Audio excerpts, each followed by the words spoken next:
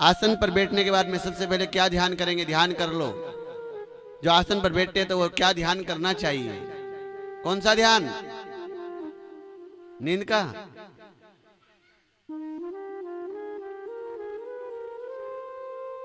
आप तो यही करती हो ना, आसन पर बैठने के बाद कहां उठ गई कहां। आसन पर बैठने के बाद सबसे पहले ध्यान करें तो माता सरस्वती का करें कि सरस्वती महाभागे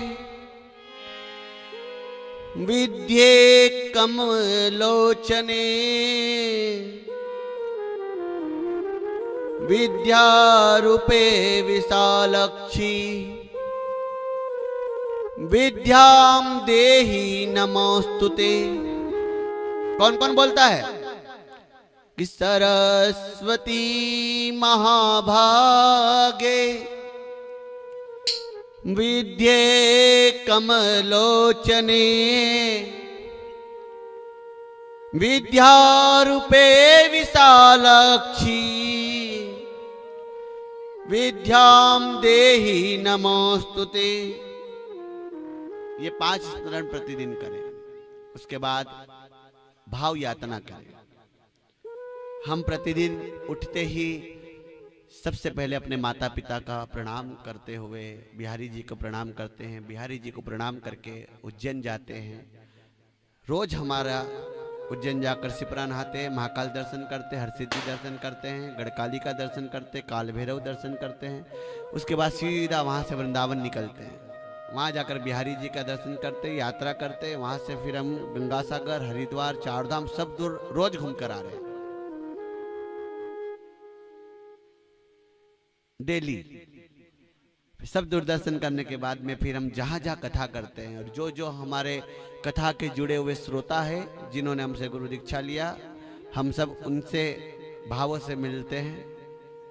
और फिर मेरे बिहारी जी के पास में आकर के 18 पुराणों में वो भाव समर्पित करते हैं। अब इतना सब कैसे करते हैं बता देते हैं। यहां आप और मन आपका घर है तो कचरा, और घर आप और मन यहां है तो मन से सब दूर जाया जा सकता है। तो डेली हम जहां भी हमने भागवत किया है, और जो हमसे जुड़े हुए लोग हैं, जो हमें प्रेम करते हैं, जो हमारे दीक्षार्थी बने हैं, उन सब के पास में हम डेली पहुंचते हैं। हमारे भाव से हम उनका स्मरण करते हैं।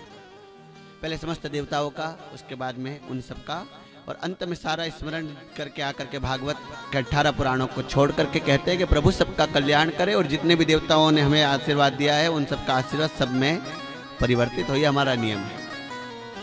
ये चीज आप भी करें। जहां जहां आप जुड़े हो, जिन जिन का आपको दर्शन करना है। अच्छा, कौन कौन करता है भाव यातना? रोज करते हो? करते हो? भावों से सब दूर जाना चाहिए। मैं भावों से गंगा जी में नहा रहा हूं, मैं भावों से यमुना जी में नहा रहा हूं, मैं भावों से सरयू जी का जल पी रहा हूं, मैं भावों से रघुनाथ जी के पांव दबा रहा हूं, मैं भावों से गंगा सागर में हूं, भावों से मैं केदारनाथ में हूं, मैं भावों से बद्रीनाथ में हूं, मैं भावों से शिव का पुराण कथा सुन रहा हूं। ऐसा रोज स्मरण करना चाहिए। और ध्यान रखें, भगवान का जब भी निमित्त कर्म आए तो डेली उठ कर करके भाव रखे कि मेरा भगवान ये कल्याण कर देना। तुम ये, मेरा मन में ये भावना है कि मैं आपकी कथा करा सकूं, तो मेरा ये कथा कराने का भाव सिद्ध कर देना। परमात्मा को रोज कहोगे तो एक दिन वो काम पूरा करेगा। पर काम अच्छा हो वो सौंपो। और अमृत वेला में, सवेरे के समय में, और शाम को गोधीली बेला में, ये 2 समय बहुत श्रेष्ठ होते हैं परमात्मा को याद करने के। इन दोनों समय में पुकार करो भगवान से, कहो कि हे परमात्मा हमारा कल्याण करे। मेरे मन में ये भाव है कि मुझे मार्कंडे पुराण कराना है, तो परमात्मा मेरा मार्कंडे पुराण आपको कराना पड़ेगा, आपको कराना पड़ेगा, आपको। मैं नहीं जानती, रोज सवेरे उठकर कहो। ऐसा चुटकी से निकलेगा, पता भी नहीं चलेगा कब 7 दिन पूरे हो जाए।